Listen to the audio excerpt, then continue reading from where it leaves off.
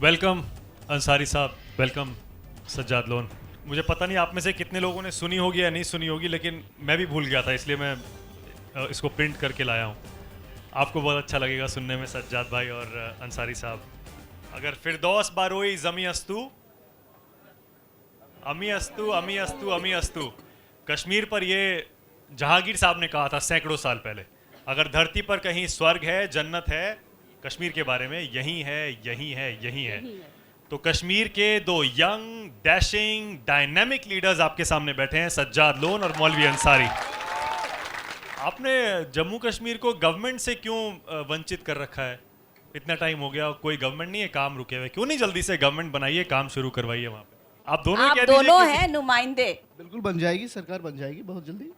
ये तो आप ऐसे कह रहे हैं जैसे हम लोग सुनते रहे कि मंदिर जल्दी बनाएंगे, मंदिर जल्दी बनाएंगे, पर डेट नहीं बताएंगे।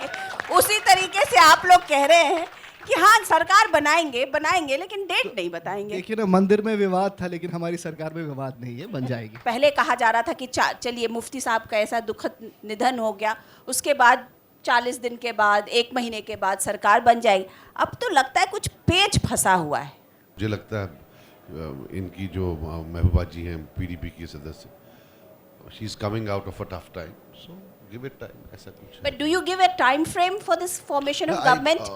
कोalition में काफी लोग होते हैं, सो कांट कि nobody can give a time frame. पर कहा यह जा रहा है कि सरकार फॉर्मेशन जो है वो थोड़ी टफ हो गया है जम्मू कश्मीर में, ख़ास करके क्योंकि प्रॉब्लम ये है कि पीडीपी ये समझ नहीं पा रही है कि हम आगे जाएं तो कैसे जाएं।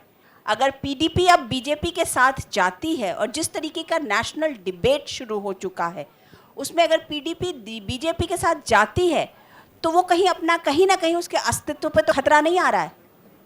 नहीं, अगर वैसी बात होती तो हमने कभी अलायंस किया नहीं होता। We are committed with alliance and हमने अपने पूरे कॉन्शियस से ये अलायंस किया है and we will go ahead. थोड़ा सा जो डिले है ये तो सियासत में चलता रहता है, लेकिन हमारी जो लीडर है महबूबा जी, उन्होंने तो पूरी तरह से अभी पीछे 2-3 दिन पहले तो पूरी तरह से उन्होंने बोल दिया था कि we are going ahead with the alliance, but there are some things which need to be sorted out, that they will be sorted out very soon. देखिए, एक बात बताऊं, जम्मू कश्मीर का जो वोटर है वो मैच्योर हो चुका है और डिलीवरेंस का कोई सब्स्टिट्यूट है नहीं। If you deliver you will be री elected, if you don't deliver you will not be री इलेक्टेड। अगर पार्टियों का अलायंस मैटर करता है तो फिर उमर अब्दुल्ला साहब ने तो कांग्रेस से किया, वो 15 पर क्यों पहुंच गए? The worst ever showing off national conference. Had he delivered he would have got the number of seats. So I think ये जो आइडियोलॉजिकल एक नया डाल दिया यहाँ दिल्ली में, मुझे नहीं लगता ये ज़्यादा रेलिवेंट है जम्मू एंड कश्मीर में।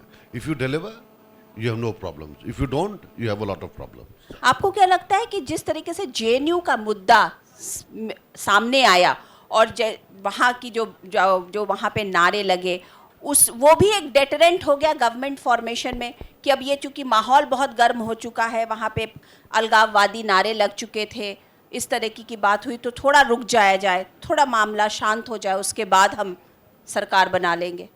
देखिए, मैं आपको बता दूं, ये this is partly because information उतना नहीं है कश्मीर के बारे में, यहाँ है भी और नहीं भी है।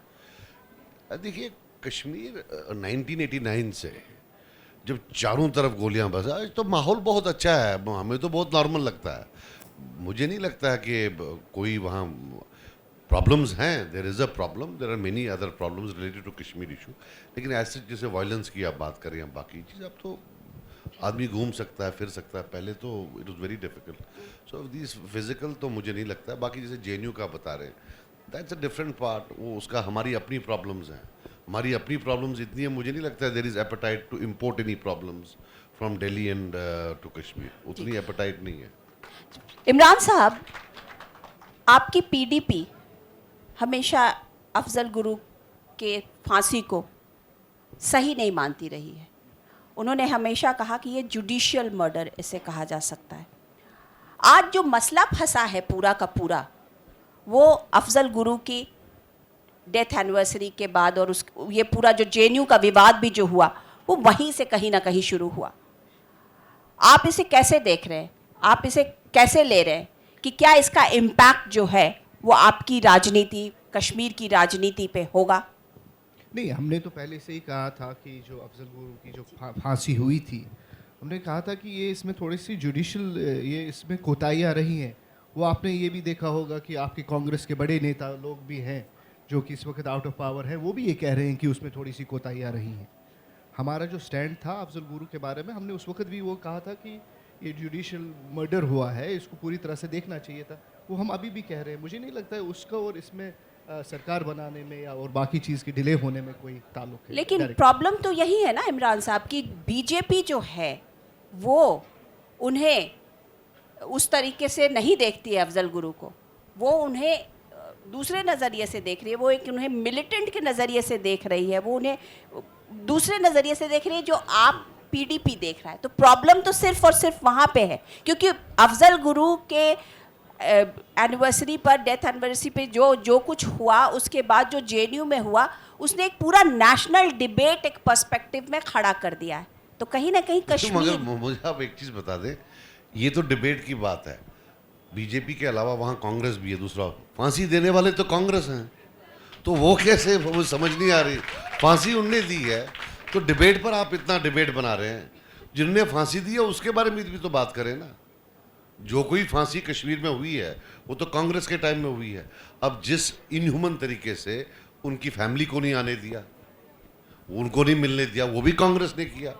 वो जवाब देना उनने तब क्या किया। क्या जो जेएनयू में हुआ और उसके बाद जो राजनीति हो रही है, या देश में जो सवाल उठ रहे हैं कि आपको नेशनलिस्ट आप हैं या नहीं है, इस तरीके की बातें हो रही, तो क्या इनका इम्पैक्ट कश्मीर की राजनीति पर आप होते देखते हैं? नहीं, देखिए, आपने सवाल में सवाल पूछा, आपने कहा कि इसका इम्पैक्ट होगा, साथ में आपने एक और राइडर लगा दिया कि आप अब नेशनलिस्ट है या नहीं है। मुझे नहीं लगता है कि डिबेट शुरू नहीं, हो मुझे गई। नहीं, मैं वही नहीं, डिबेट करने वालों से पूछना चाहता हूँ कि क्या आप नेशनलिस्ट हैं, क्या आप ऐसा डिबेट करना चाहते हैं, आप देश को बंटवाना चाहते हैं? आप मेरी इंटीग्रिटी पर तो आप उंगली नहीं उठा सकते हैं। आप यहाँ वोट, हमारे भाई बहन यहाँ वोट डालते हैं, बड़ी मर्जी से वोट डालते हैं, या इलेक्शन में जाते हैं, बड़ी आसानी से इलेक्शन में जाते हैं। हम गोलियां खाकर इलेक्शन में जाते हैं। जो मुझे वोट करते हैं उनको डर होता है कहीं शाम को उनका बम से घर नहीं उड़ाया जाता है। क्या कश्मीरी नेशनलिस्ट है या वो आदमी नेशनलिस्ट है जो अपने बड़े ड्राइंग रूम से निकल के, अपनी अच्छी गाड़ी से निकल के, एयर कंडीशन से निकल के वोट करते हैं और अपने घर वापस आ जाते हैं? अरे हम लोगों पर जब आप सवाल उठाते हैं, आप देख लीजिए हम किन हालतों में हिंदुस्तान का झंडा उठाए हुए वहाँ पर है। और we are nationalist by core of our heart. हमें प्रूव करने की ज़रूरत नहीं है। हाँ, अब किसी को ये इशू बनाना है कि क्या है, चाहे कोई नेशनलिस्ट है या नहीं है, वो तो आपकी दुकानें ऐसी चल रही हैं। अगर आप दुकान में ज़्यादा पकवान में आप थोड़ा सा मसाला नहीं डालोगे तो आपकी दुकान पर कौन आएगा? ये दुकानदारी है। नहीं, तो ये तो गलत बात हुई ना कि आपने सारा मसला जो है वो मीडिया के ऊपर डाल दिया। अरे मीडिया भी तो वही करता है ना, जब कुछ चीज़ें जब कोई होती है तभी तो मीडिया कहता है। नेशनल मीडिया जो है वो कश्मीर को एक नज़रिए से देखता है। एक तो lack of information. There is nothing like an unbiased reporting in Kashmir. There is always more or less as a rule it's motivated. कोई एक्सेप्शन हो, कोई अच्छी, ये कुछ तो लैक ऑफ इन्फॉर्मेशन भी है। काफ़ी लोगों को पता भी नहीं होती है। साहब उमर साहब ने बोला जेएनयू के बारे में, कोई उनको नहीं पूछता कि साहब 2010 की भी बात हो जाए।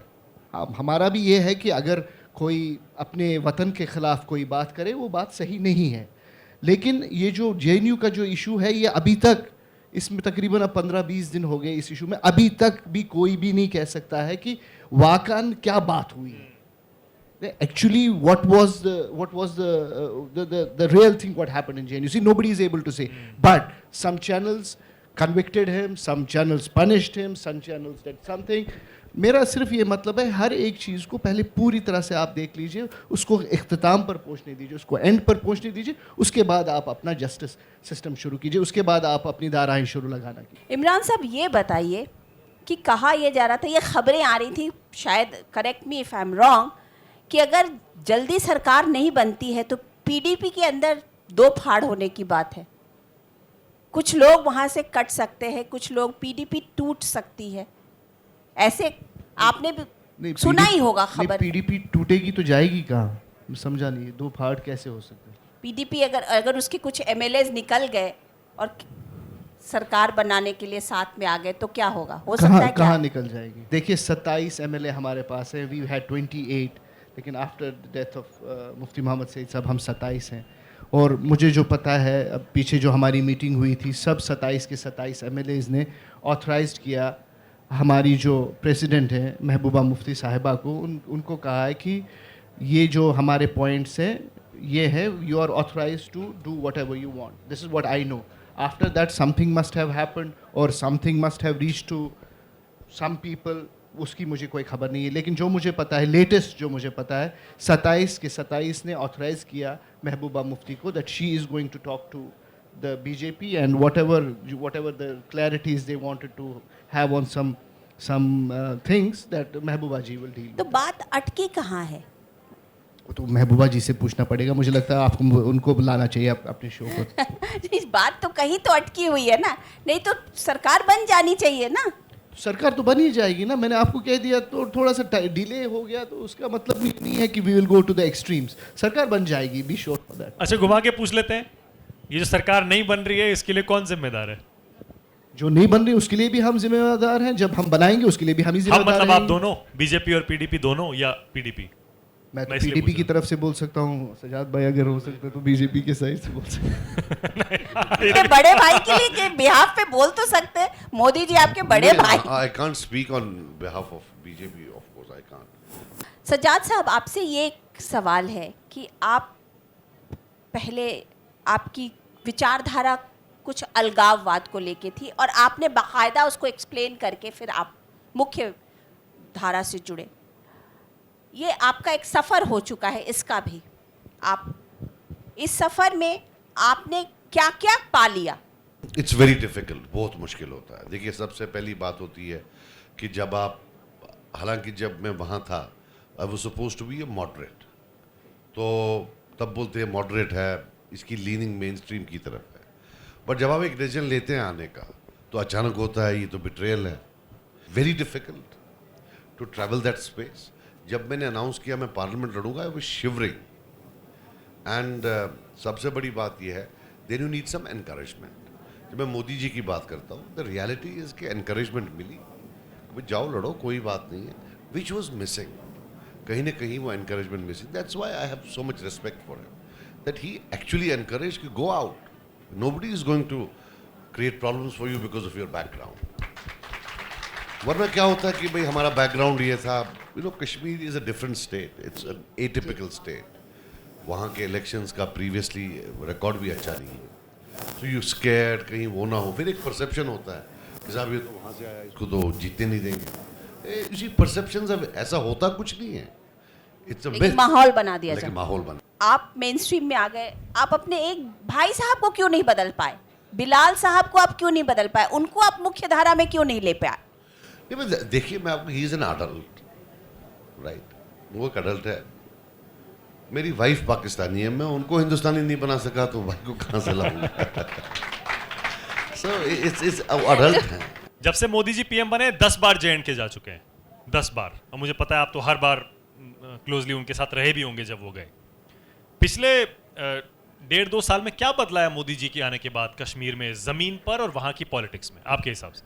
नहीं, क्यों, मोदी जी जब से आए हैं, he has given one of the biggest ever package उन्होंने दिया, सबसे बड़ा।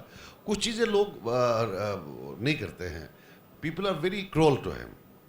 Do you know, he has tried to reach out, चाहे इकोनॉमिक पैकेज हो, बाकी चीज़ें हो, he has tried to reach out. कश्मीरियों की एक अजीब दास्तान है। देखिए, यहाँ जो मेनलैंड इंडिया है, यहाँ आपको लगता है कम्युनल डिवाइड में आप राइट विंग देखते हैं बीजेपी को, और लेफ्ट विंग देखते हैं, और मिडिल सेंटर में आप कांग्रेस को देखते हैं, वहाँ कम्युनिस्ट को देखते हैं, ये बीजेपी हो गया, बीच में कांग्रेस हो गया, स्लाइटली लेफ्ट लीनिंग, और कांग्रेस को रिलेट करते हैं मुसलमानों के साथ। लेकिन जब कांग्रेस का टेन्योर हम देखते हैं J&K में, फांसियाँ सब उनके टाइम में लगी, जितने भी वो जो मिलिटेंट्स के आइकन्स हैं वो उनके टाइम के बने हुए हैं, एटॉनमी का इरोजन उनके टाइम में हुआ है, इलेक्शन में जितनी चोरियां हुई हैं उनके टाइम में हुई हैं। नाउ जब वाजपेयी साहब आए, it was the glorious era, he was really liked in Kashmir by a lot of people.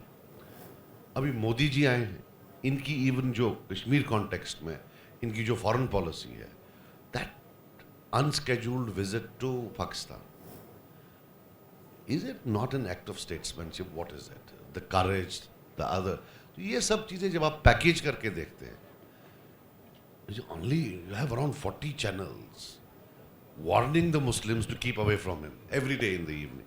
लेकिन आपने कहा, आपने मोदी जी की के लिए बोला कि वो पाकिस्तान गए, उनकी जो फॉरेन पॉलिसी है, लेकिन पाकिस्तान ने जब पठानकोट में उनके एलिमेंट्स ने अटैक किया, जिस तरीके से पठानकोट हुआ, तो फिर क्या कश्मीर के जो लोग हैं, जो आप लोग, वो, क्योंकि यहाँ पे तो ये हो गया कि देखिए मोदी जी वहाँ गए और हमें यहाँ थप्पड़ मिल गया, वहाँ पे कैसे देखा गया?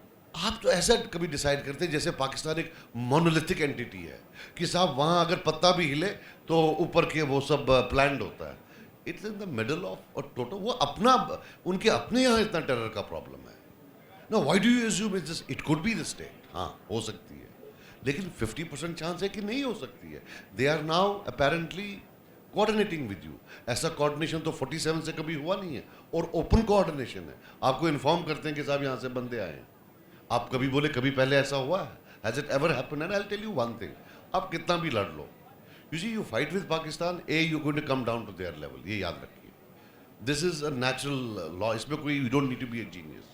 And number 2, you can never change a neighbour. आप नेबर को चेंज कर ही नहीं सकते. जी, इमरान साहब, मेरा आपसे दूसरा ये सवाल है कि मुफ्ती साहब का एक स्टेचर अलग था, वो जिसे कहते पिता तुल्य थे वहाँ पे वैली में, उनको कश्मीर के JNK के सब लोग, और उनकी इज़्ज़त और उनका जो पॉलिटिकल एक बैकग्राउंड रहा, उन्होंने जितना कश्मीर में काम किया, उनकी और मोदी साहब की बहुत अच्छी एक रिश्ता भी उनका एक बड़ा अच्छा रहा.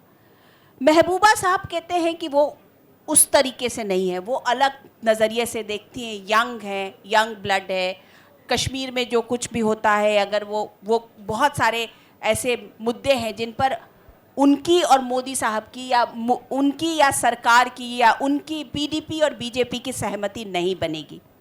आप मोदी और महबूबा साहब के रिश्ते को किस नज़रिए से देख रहे हैं?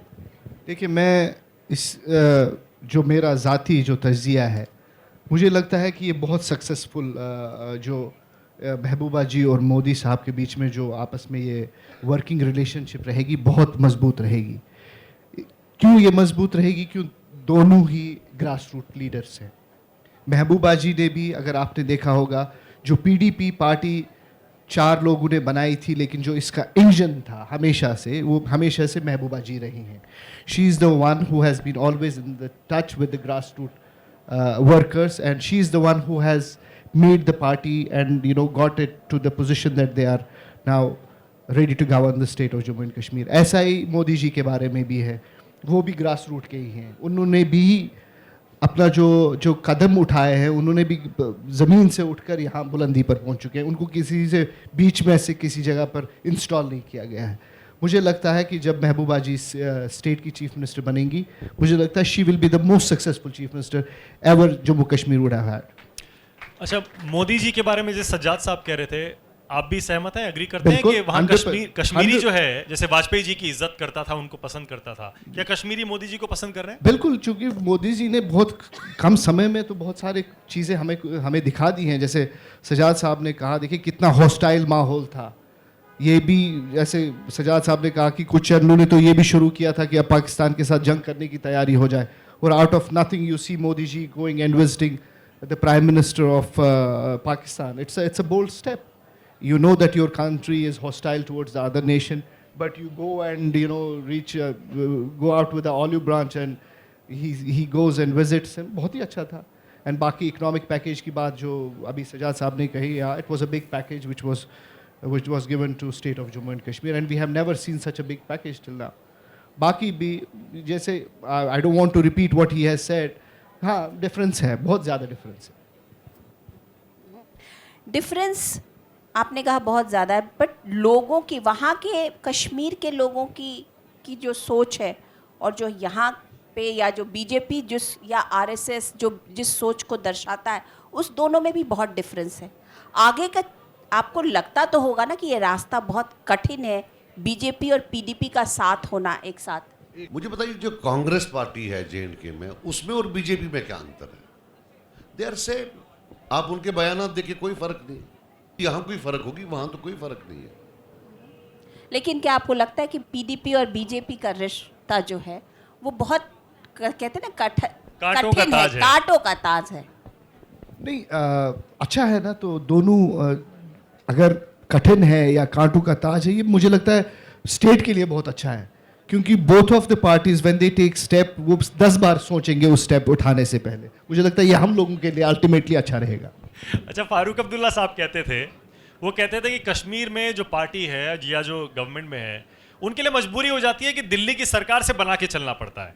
इसीलिए आप देखिए, बीजेपी ने नेशनल कॉन्फ्रेंस के साथ गठबंधन किया, कांग्रेस ने नेशनल कॉन्फ्रेंस के साथ गठबंधन किया, कांग्रेस ने पीडीपी के साथ किया, बीजेपी ने भी पीडीपी के साथ किया। तो कुल मिलाकर ये मान लेना कि कोई भी अछूत या अनटचेबल कश्मीर की पॉलिटिकल पार्टीज के लिए दिल्ली में नहीं है।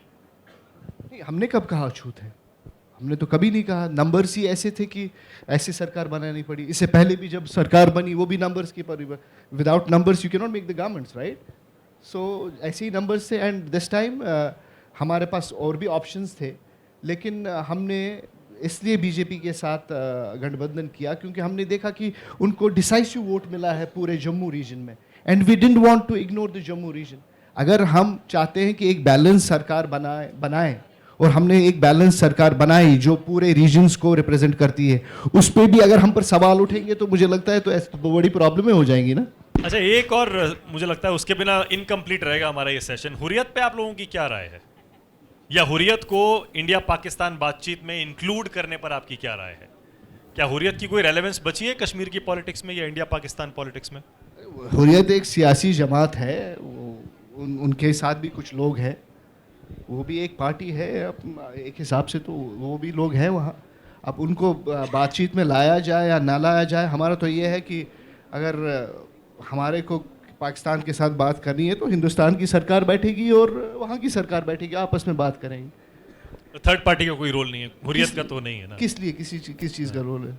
मुझे नहीं लगता तो पाकिस्तान तो, लेकिन सजाद भाई, पाकिस्तान तो लेकिन इंसिस्ट करता है कि हम, देखिए, जहाँ तक हुर्रियत का है, एज कुछ वो बातें हैं जो शायद हम नहीं उठा सके वो उठाएं, उनका दायरा बड़ा है बात करने का, लेकिन हुर्रियत को डिसाइड करना पड़ेगा। लोग if they want to represent Pakistan, Modi साहब के तो बहुत अच्छे ताल्लुकात हैं प्राइम मिनिस्टर के साथ, वो खुद कर लेंगे, उनको तो इंटरलॉक्यूटर्स की ज़रूरत है नहीं। But if they want to speak total Kashmiri language, then they have a space.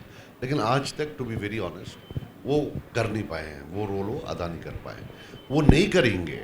If they don't, तो असेंबली आ जाएगी, J&K असेंबली, वो करेंगे तो वो कर सकते हैं। But as on date they seem to be more keen to defend और bat for Pakistan rather than for Kashmir. जिस दिन वो कश्मीरियों की बात करेंगे, मुझे नहीं लगता, I think government of India will talk to their own people, they will go and talk to them when they talk about Kashmir and Kashmiris.